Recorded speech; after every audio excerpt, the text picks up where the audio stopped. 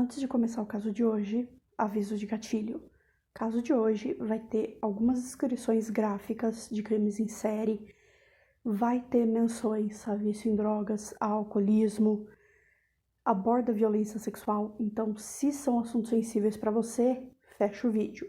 Se você quer continuar assistindo, a classificação indicativa é para maiores de 18 anos. Só assista se você for maior de 18 anos. Princori. Obrigada, Prim Preto e Branco. Oi, zumbis. Mais um Cesta de Crime aqui no canal. Eu sou a Pri, esse é o canal Miss Castilho. E hoje, como vocês já viram no título e já viram também no meu Instagram, que eu vou deixar em algum lugar aqui da tela para vocês, eu vou falar sobre o Chico Picadinho hoje. E caso você não tenha lido o título direito e pulou o aviso de gatilho, esse é o seu último aviso para pular, para fechar esse vídeo, porque o assunto hoje, os crimes em série, são grotescos, tem descrição gráfica, então se você é maior de 18 e quer continuar assistindo, esteja avisado.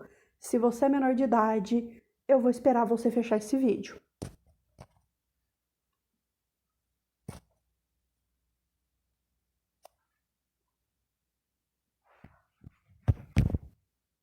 Eu tô esperando os menores de idade, o zumbi menor de idade fechar o vídeo. Beleza, agora que você já fechou o vídeo. Bom, a minha principal fonte de pesquisa para esse vídeo foi esse livro, Serial Killers Arquivo Lana Casoy, que consta com 2 livros, 2 volumes, Louco ou Cruel e o Made in Brasil. Nesse livro, a gente tem uma entrevista completa com Chico Picadinho e tem também laudos da perícia, menções no caso de laudos da perícia e até mesmo cartas que o Chico Picadinho enviou para a autora do livro, Ilana Casoy. Então, se te interessa esse livro, aqui na internet ou em livrarias. Mas estejam avisados que a minha fonte de pesquisa principal foi esse livro e eu vou deixar também alguns links que falam sobre o assunto desse vídeo na descrição. Então, fica aí que eu já volto.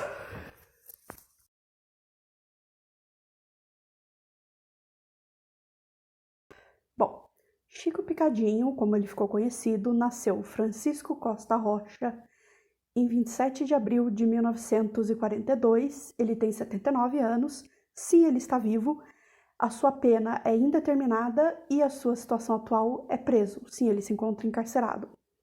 Seu pai, Francisco, ele tinha o mesmo nome do pai, era um exportador de café que tinha relacionamentos extraconjugais.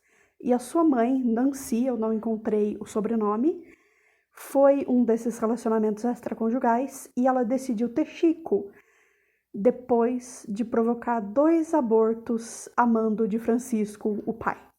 Então, para diferenciar Francisco, eu vou usar quando eu me referir ao pai, e Chico quando eu estiver falando do Chico Picadinho. Bom, Francisco ainda era muito ciumento e até abusivo com Nancy, a mãe de Chico. Em suma, esse homem tinha 2 famílias.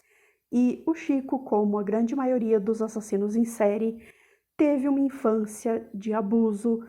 O seu pai, Francisco, dividia a vida entre a família oficial em Vila Velha e visitava Nancy e Chico. E Chico também tinha sentimentos conflitantes sobre o pai. Ele, ao mesmo tempo que admirava o pai por ser um homem bem-sucedido e bem de vida, ele também tinha muita raiva pelo abandono por esse pai. E a situação de Chico piorou ainda mais quando, aos 4 anos, a mãe dele teve uma doença de pulmão e ele foi morar com um casal de empregadas do pai num sítio isolado, que Chico, posteriormente, em entrevista para Ilana Casoy, para esse livro, descreveu o lugar como sinistro. Chico era muito solitário e ele vivia pelas matas, e ele matava gatos para testar suas 7 vidas, tadinho dos bichanos. Ele apanhava bastante desse casal com quem ele vivia, e uma vez ele quase perdeu a mão enquanto ele apanhava com uma faca que estava sendo usada como palmatória. Para quem não sabe, eu vou deixar aqui na tela, isso aqui é uma palmatória. e a faca sem querer acertou a mão dele com o lado cortante. Bom, 2 anos depois, então, quando ele tinha mais ou menos seus 6 anos, a sua mãe Nancy, já recuperada, volta para buscá-lo. O que, de novo, foi estranho para Chico, que mal se lembrava da mãe, mas eles foram juntos para a Vitória no Espírito Santo, mesmo assim. E aí, dos 5 aos 6 anos, o Chico ele sofria de enurese noturna e pavor noturno e asma. Enurese noturno é basicamente fazer xixi na cama. Bom, a mãe, então, Dona Nancy, fazia de tudo para manter o sustento do filho, mas ela tinha o péssimo hábito de se envolver com homens casados e de preferência ricos, e isso fazia com que Chico se distanciasse, porque ele ficava perturbado, então ele mantinha a distância desses homens que iam e vinham. Chico, então, estudou num colégio de padres, eu não sei se era católico ou não, mas ele estudou num colégio de padres e era o clássico aluno problema, que era briguento, desatento, indisciplinado, não fazia as lições da escola, e ele foi, então, convidado a mudar de escola, após repetir a 4ª série. No caso, esse convidado, a gente pode dizer que ele foi expulso mesmo da escola. Bom, ele foi, então, para uma escola do estado, onde ele cursou a 4ª série novamente e a 5ª série. E uns tempos depois ele se declarou ateu por influência de um tio, e isso fez com que a namoradinha dele da época terminasse o relacionamento e o Chico então abandonou a escola antes de completar o ano. Tudo isso durante o período que ele fazia a 5ª série. Ele não chegou a concluir a 5ª série. Bom, a sua mãe, nesse caso, era mais uma amiga do que uma mãe, então o Chico acabava vivendo muito tempo na rua, pondo fogo nas coisas, invocando o capiroto, pesquisando sobre vampiros e assombrações, e ele chegou até a sofrer algum tipo de violência sexual ainda na adolescência, e depois de um tempo até arrumou alguns empregos, mas ele não permanecia muito nesses empregos. Ele, então, um pouquinho mais para frente, se junta a um clube chamado Clube Centápua, e ele passa, então, a aprontar pela cidade, roubando carros pela cidade, só para ficar rodando e passeando pela cidade, para depois devolver esses carros. E, com 16 anos, ele se muda para o Rio de Janeiro com a sua mãe e um padrasto, que era o mais próximo de uma figura paterna que o Chico tinha, e ele até respeitava um pouco esse padrasto. Bom, ele ainda queria, com 15 anos, ser marinheiro, mas a sua mãe não autorizou que ele se alistasse na marinha. Então, aos 18, ele se alista na aeronáutica, porque ele queria ser paraquedista. E então, ele foi para São Paulo, foi enviado para São Paulo, e foi recruta por 6 meses na aeronáutica, trabalhando, servindo café e pagando contas. Acho que é algo parecido com o que um office boy fazia na época. Bom, lá então em São Paulo, ele conhece um americano de nome Matias, que era um técnico, e ele acompanha esse técnico por São Paulo e Rio de Janeiro, e desfruta até de uma vida até que boa, né? Ele, então, tentou ser mecânico da aeronáutica e, posteriormente, policial militar, sem sucesso. Bom, ele, então, conseguiu um emprego que lhe garantia a vida que ele queria, né? Ele queria ter uma vida boa, que era a liberdade e um salário digno, e ele conseguiu isso como representante de vendas. Só que a vida itinerante de um representante de vendas, mais a solidão, o levaram ao alcoolismo e ele acabou perdendo esse emprego que lhe dava um salário bom e liberdade. Bom, posteriormente, então, ele decide ser corretor de imóveis. E como corretor de imóveis, ele levava uma vida de festas, boates e até mesmo ia ao teatro com passe livre que ele conseguia de parceiros sexuais. Enfim, ele tinha a vida dos sonhos. Ele lia Dostoiévski e usava também todo tipo de drogas. Ele tinha, de fato, uma vida bem libertina. Essa que é a verdade, gente. Bom, é claro que junto com tudo isso vinha a violência com parceiros sexuais e em uma dessas farras ele acabou sendo atropelado, acho, se eu não me engano, no ano de 1965. Ele foi atropelado, mas só teve um ferimento na perna, nada muito grave. E foi nessa época também que ele dividia o seu apartamento com um amigo, Caio, que era médico da aeronáutica.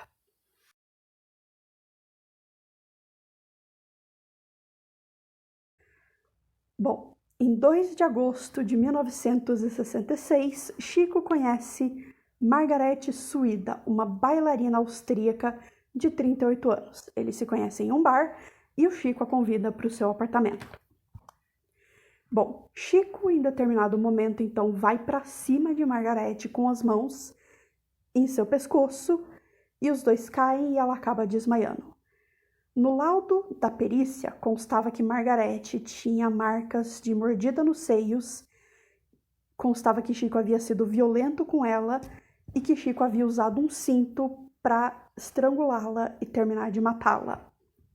Bom, depois disso, ainda no laudo consta que Chico havia ido até o banheiro e procurado a chave da porta do banheiro. Sem encontrar, ele solta a dobradiça da porta do banheiro com uma chave de fenda, arrasta o corpo de Margarete até o banheiro e ali ele começa a desmembrar o corpo de Margarete, a retalhar o corpo de Margarete. Bom, no laudo da perícia consta ainda que as marcas de sangue no chão do apartamento demonstravam que Chico havia começado a mutilar Margarete ainda no quarto e depois arrastado o seu corpo para o banheiro.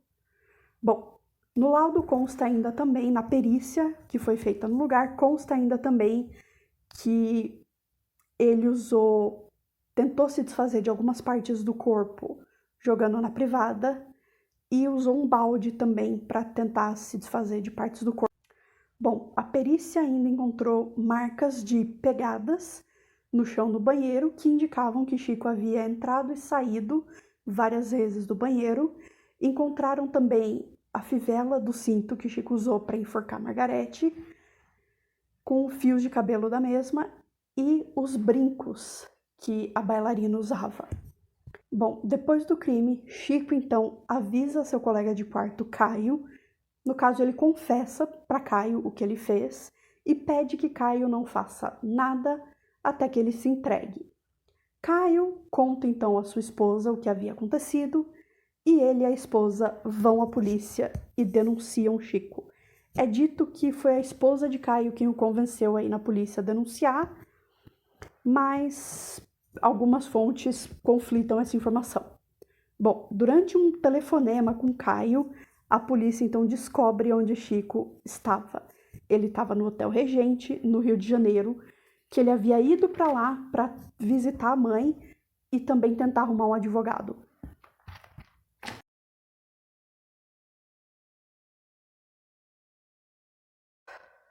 Chico foi preso em 5 de agosto de 1966 e levado para a terceira delegacia de São Paulo. Caio, seu colega de quarto, foi tido como suspeito de cúmplice por conta dos cortes feitos na bailarina, que indicavam que quem fez o corte talvez tivesse experiência prévia na área médica. E ainda, de acordo com o interrogatório, a vítima, a bailarina Margarete, se assemelhava muito à mãe de Chico. Chico foi condenado a 18 anos por assassinato e mais 2 anos e meio por destruição de cadáver, mas teve sua pena computada para 14 anos e 4 meses. Até 1972, ele cumpriu pena na penitenciária do estado e ele tinha um bom comportamento e até terminou o primeiro e o segundo graus, no caso, quinta, oitava e ensino médio. Bom, ele então recebia, durante esse período que ele estava preso, recebia a visita de uma amiga com quem ele acabou se casando.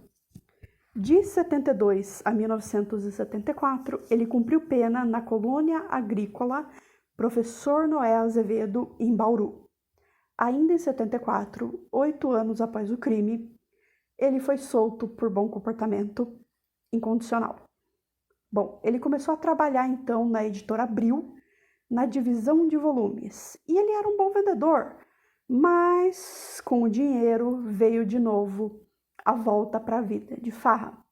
Voltou a beber e ainda em 74 o seu casamento com a amiga acaba. Ele passou a viver então em hotéis, pensões, apartamentos alugados e emprestados. Ele voltou a usar drogas e mudou de empregos, no caso, algumas vezes.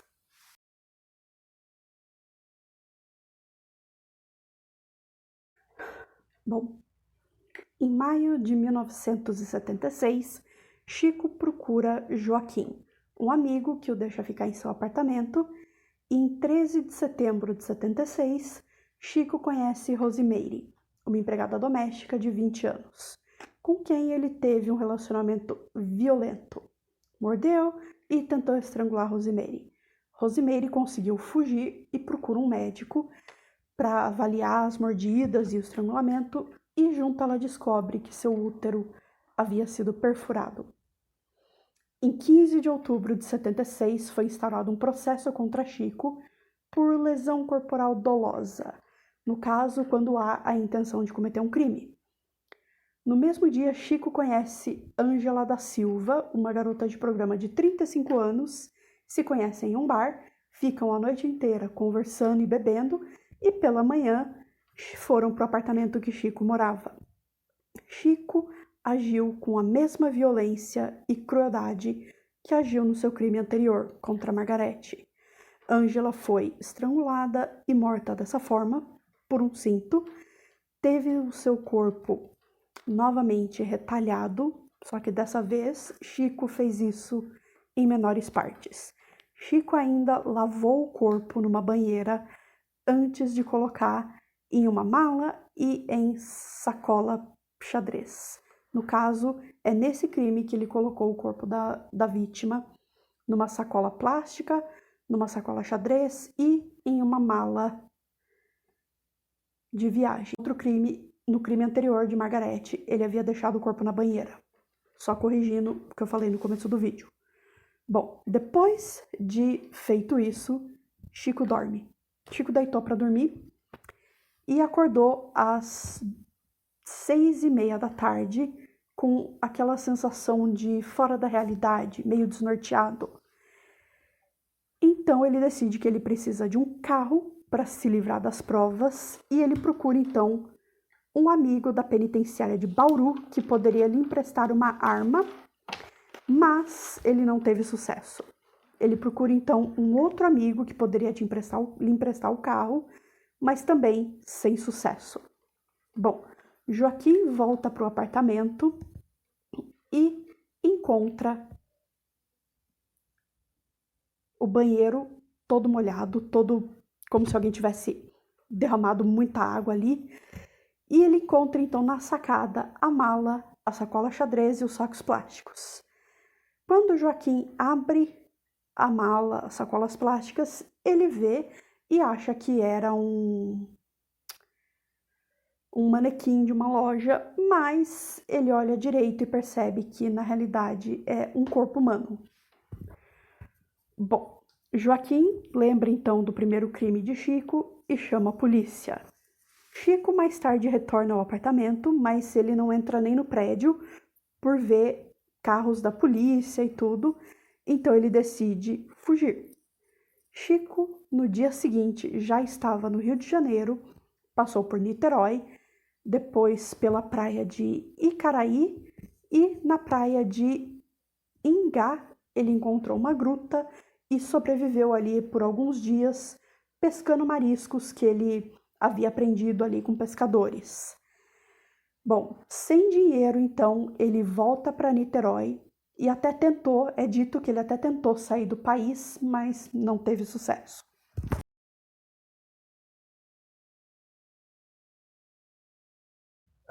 Foi preso em 26 de outubro de 1976 e em seu julgamento ele alegou insanidade.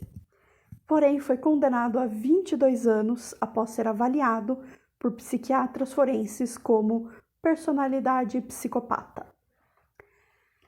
Em 94, ele foi avaliado novamente para uma possível progressão de pena para o regime semiaberto e novamente foi diagnosticado como personalidade psicopata e teve sua progressão de pena negada.